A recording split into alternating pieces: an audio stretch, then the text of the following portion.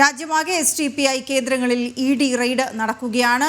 MKFICയുടെ അറസ്റ്റിന് പിന്നാലെയാണ് റെയ്ഡ് പുരോഗമിക്കുന്നത്. വളരെ പ്രധാനപ്പെട്ട ചില കാര്യങ്ങളിലേക്ക് കൂടി ഘട്ടത്തിൽ പോകേണ്ടതുണ്ട്. ഗൗതം, ഈ റെയ്ഡ് നടക്കുമ്പോൾ അത് റെയ്ഡിൻ്റെ എന്തുകൊണ്ട് റെയ്ഡ്, എന്തൊക്കെ കാര്യങ്ങൾ പ്രധാനമായി അന്വേഷിക്കുന്നതിനൊക്കെ ED വ്യക്തമാക്കുന്നത് ഈ SDPIക്കും PFIക്കും ഒരേ നേതൃത്വവും അണികളുമാണ് ഉള്ളത്. SDPIയുടെ സാമ്പത്തിക ഇടപാടുകളൊക്കെ നിയന്ത്രിച്ചിരുന്നത് PFI ആണ്. ഇതിനൊപ്പം ED പറഞ്ഞിരിക്കുന്ന വാർത്താക്കുറിപ്പിൽ പറഞ്ഞിരിക്കുന്ന വളരെ പ്രധാനപ്പെട്ട ചില കാര്യങ്ങൾ ഗൗതം, ഈ SDPIയുടെ ദൈനംദിന പ്രവർത്തനങ്ങളൊപ്പം നയരൂപീകരണം അല്ലെങ്കിൽ തിരഞ്ഞെടുപ്പിൽ മത്സരിക്കാനുള്ള സ്ഥാനാർത്ഥികൾ തീരുമാനിക്കൽ, എന്തിന് പൊതുപരിപാടികളിൽ വരെ തീരുമാനമെടുക്കുന്നത് PFI ആണ് എന്ന് പറയുമ്പോൾ ഈ സാമ്പത്തിക ക്രമക്കേടുമായി ബന്ധപ്പെട്ട് ED നടത്തുന്ന ഈ പരിശോധനകൾക്കൊപ്പം തന്നെ കൂടുതൽ EDക്ക് അപ്പുറത്തേക്കുമുള്ള അന്വേഷണ ഏജൻസികളിലേക്ക് കൂടി SDPI അതിൻ്റെ കീഴിൽ വരേണ്ടതല്ലേ? വീണ, SDPIയുടെ നിരോധനം അടുത്ത കാലത്ത് തന്നെ ഉണ്ടാകുമെന്ന കൃത്യമായ സന്ദേശമാണ് കേന്ദ്ര സർക്കാരും കേന്ദ്ര ഏജൻസികളും നൽകുന്നത് എന്ന കാര്യത്തിൽ സംശയമില്ല. കാരണം SDPI എന്തുകൊണ്ടും നിരോധിക്കപ്പെടേണ്ട ഒരു സംഘടനയാണ്. ഇത് പോപ്പുലർ ഫ്രണ്ടിൻ്റെ രാഷ്ട്രീയ മുഖമാണ്. പോപ്പുലർ ഫ്രണ്ട് നമ്മുടെ രാജ്യത്ത് ഇതിനകം തന്നെ നിരോധിച്ച് കഴിഞ്ഞിരിക്കുന്നു. 2023 ഈ സംഘടനയെ നിരോധിക്കുന്ന ഘട്ടത്തിൽ കേന്ദ്ര ആഭ്യന്തര മന്ത്രാലയം പുറത്തിറക്കിയ റിപ്പോർട്ടിൽ ചില കാര്യങ്ങൾ സൂചിപ്പിക്കുന്നുണ്ട്. കാരണം പോപ്പുലർ ഫ്രണ്ട് എന്ന് പറയുന്നത് അത് കേവലം ഒരു സംഘടനയല്ല, മറിച്ച് അത് രാജ്യത്തിൻ്റെ അഖണ്ഡതയ്ക്കും പരമാധികാരത്തിനുമെതിരെ ആയുധമെടുത്ത് യുദ്ധം ചെയ്യുന്ന ഒരു സംഘടനയാണ്. ആഗോളതലത്തിൽ പ്രവർത്തിക്കുന്ന ഇസ്ലാമിക ഭീകര സംഘടനയായ അൽ ഖ്വയ്ദയുടെയും അതല്ലെങ്കിൽ മറ്റ് ISIS പോലെയുള്ള ആഗോളതലത്തിൽ പ്രവർത്തിക്കുന്ന ഇസ്ലാമിക സംഘടനകളുടെ തീവ്ര സംഘടനകളുടെ ഇന്ത്യയിലെ ഒരു അനുബന്ധ പ്രസ്ഥാനമാണ് പോപ്പുലർ ഫ്രണ്ട് എന്ന് വിശദീകരിച്ചുകൊണ്ടാണ് UAPA ചുമത്തി 2023 പോപ്പുലർ ഫ്രണ്ടിനെ നമ്മുടെ രാജ്യത്ത് നിരോധിക്കുന്നത്. അന്ന് പോപ്പുലർ ഫ്രണ്ടുമായി ബന്ധപ്പെട്ട മറ്റു സംഘടനകൾ, അവരുടെ വിദ്യാർത്ഥി മുഖമായിട്ടുള്ള ക്യാമ്പസ് ഫ്രണ്ട്, അതോടൊപ്പം തന്നെ അവരുടെ വനിതാ വിങ്, അതിനെല്ലാം തന്നെ നിരോധിക്കുന്നുണ്ടായിരുന്നു. അവരുമായി ബന്ധപ്പെട്ടുള്ള NGOകൾ നിരോധിക്കുന്നുണ്ടായിരുന്നു. അപ്പോഴും അവിടെ ഒരു ചോദ്യചിഹ്നമായി നിന്നത് ഈ SDPI എന്ന സംഘടനയാണ്. പോപ്പുലർ ഫ്രണ്ടിന്റെ രാഷ്ട്രീയ മുഖമായിട്ടുള്ള SDPIയെ എന്തുകൊണ്ട് നിരോധിച്ചില്ല എന്നൊരു ചോദ്യം സ്വാഭാവികമായും അവിടെ ഉയർന്നു വന്നു.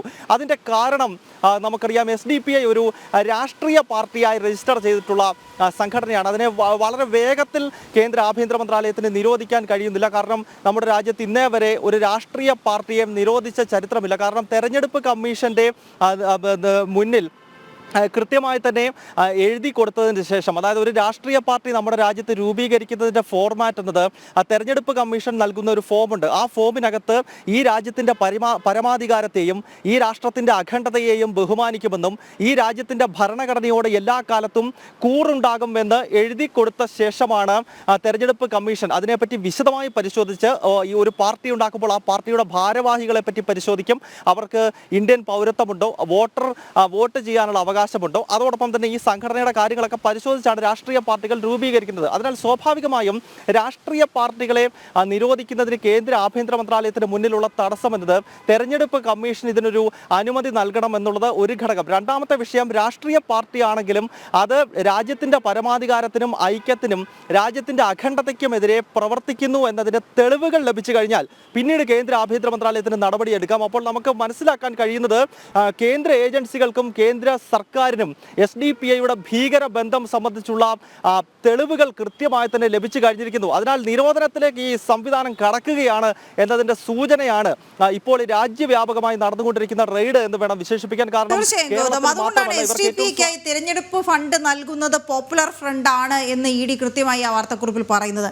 SDPIക്ക് നൽകിയ 4 കോടിയോളം രൂപ അതിന് തെളിവ് ലഭിച്ചിട്ടുണ്ട്. EDയുടെ പക്കൽ തെളിവുണ്ട്. പക്ഷെ അതിൻ്റെ ഉറവിടം സംശയാസ്പദമാണ് എന്നുകൂടി ED പറഞ്ഞു വയ്ക്കുന്നത് ഇതിലേക്കൊക്കെ വിരൽ ചൂണ്ടുന്നതാണ്.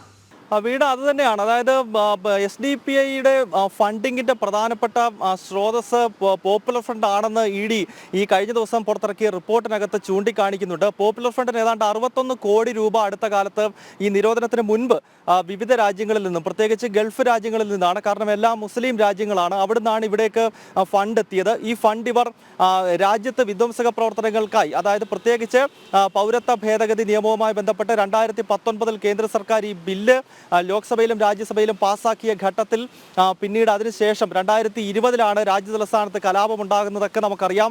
2020 ഫെബ്രുവരി 23, 24 തീയതികളിൽ നോർത്ത് ഈസ്റ്റ് ഡൽഹിയിൽ നടന്നിട്ടുള്ള കലാപം, അതിനു മുൻപ് ഡിസംബർ മാസത്തിൽ ജാമിയ മിലിയ ഇസ്ലാമിക സർവകലാശാലയിൽ നടന്ന സംഘർഷം, മംഗലാപുരത്ത് നടന്ന പോലീസിന് നേരെ നടന്ന അതിക്രമം, ഉത്തർപ്രദേശിന്റെ തലസ്ഥാനമായ ലക്നൌവിൽ പോലീസിന് നേരെ നടന്ന അതിക്രമം, അസോമിലെ ഗോഹാട്ടിയിൽ നടന്ന അക്രമം, ഇതിന്റെ എല്ലാം പിന്നിൽ പോപ്പുലർ ഫ്രണ്ട് ആയിരുന്നു. ഈ വന്ന 61 കോടി രൂപ ഉപയോഗിച്ചുകൊണ്ടാണ് ഇത്തരം കലാപങ്ങൾ രാഷ്ട്രത്തിന്റെ വിവിധ ഭാഗങ്ങളിൽ അന്ന് പോപ്പുലർ ഫ്രണ്ട് ആസൂത്രണം ചെയ്ത് നടപ്പാക്കിയത് എന്നാണ് കേന്ദ്ര ഏജൻസികൾ കണ്ടെത്തിയിട്ടുള്ളത്. അപ്പോൾ ആ ഫണ്ട്, ഈ 61 കോടി രൂപയിൽ വന്ന ഫണ്ട് ഒരു വലിയ വിഭാഗം കലാപത്തിനായി ഉപയോഗിക്കുന്നതിനൊപ്പം SDPIയുടെ പ്രവർത്തനങ്ങൾക്ക് കൂടി ഇവരിത് ഉപയോഗിച്ചു എന്നുള്ളതാണ്. കാരണം SDPIയുടെ ഒരു സ്വഭാവത്തെ പറ്റി കേന്ദ്ര ഏജൻസികൾ എടുത്തു പറയുന്നുണ്ട്. അതിൻ്റെ ആന്തരികമായ സ്വഭാവം എന്ന് പറയുന്നത് ഒരു തീവ്ര ഇസ്ലാമിക സംഘടനയുടേതാണ്.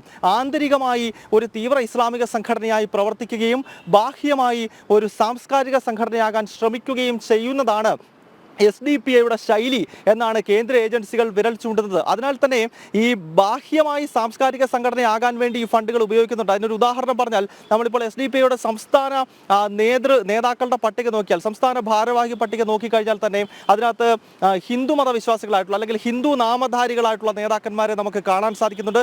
ക്രിസ്ത്യൻ നാമധാരികളായിട്ടുള്ള നേതാക്കളെയൊക്കെ കാണാൻ സാധിക്കുന്നു. അപ്പോൾ പർച്ചേസ് ചെയ്യുകയാണ്. ഈ പോപ്പുലർ ഫ്രണ്ട് അനധികൃതമായി അവർക്ക് ലഭിച്ച, മുസ്ലിം രാജ്യങ്ങളിൽ നിന്നും ലഭിച്ച ഈ ഫണ്ട് കൃത്യമായി തന്നെ ഉപയോഗിക്കുന്നതിന്റെ ചില ശൈലികളാണ് സൂചിപ്പിക്കുന്നത്. അതായത് ഹിന്ദു നാമധാരികളായിട്ടുള്ള ആളുകളെ, ക്രിസ്ത്യൻ നാമധാരികളായിട്ടുള്ള ആളുകളെയൊക്കെ ലക്ഷക്കണക്കിന് രൂപ കൊടുത്ത് പർച്ചേസ് ചെയ്തതിന് ശേഷം ഇവരുടെ സംസ്ഥാന ഭാരവാഹികളാക്കുന്നു. ഇപ്പോൾ SDPIയുടെ സംസ്ഥാന സെക്രട്ടറിമാരുടെ പട്ടിക നോക്കിക്കഴിഞ്ഞാൽ അതിൽ നമുക്ക് ഹിന്ദുക്കളെയും ക്രിസ്ത്യാനികളെയും ഒക്കെ കാണാൻ സാധിക്കുന്നുണ്ട്.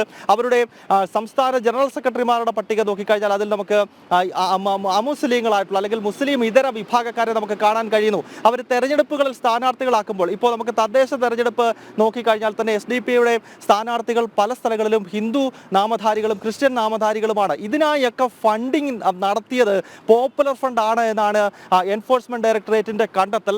അതിനാൽ വളരെ ഗൗരവമായി തന്നെ SDPIയുടെ പ്രവർത്തനങ്ങളെ കേന്ദ്ര ഏജൻസികൾ നോക്കിക്കാണുന്നു. ഇതിന്റെ ഈ സാഹചര്യത്തിലാണ് ഇപ്പോൾ രാജ്യത്തെ 12 സ്ഥലങ്ങളിലായി, പ്രത്യേകിച്ച് കേരളത്തിലെ മലപ്പുറം ഉൾപ്പെടെയുള്ള സ്ഥലങ്ങളിൽ ഇപ്പോൾ എൻഫോഴ്സ്മെന്റ് ഡയറക്ടറേറ്റിന്റെ മിന്നൽ പരിശോധന നടന്നത്. വീണ.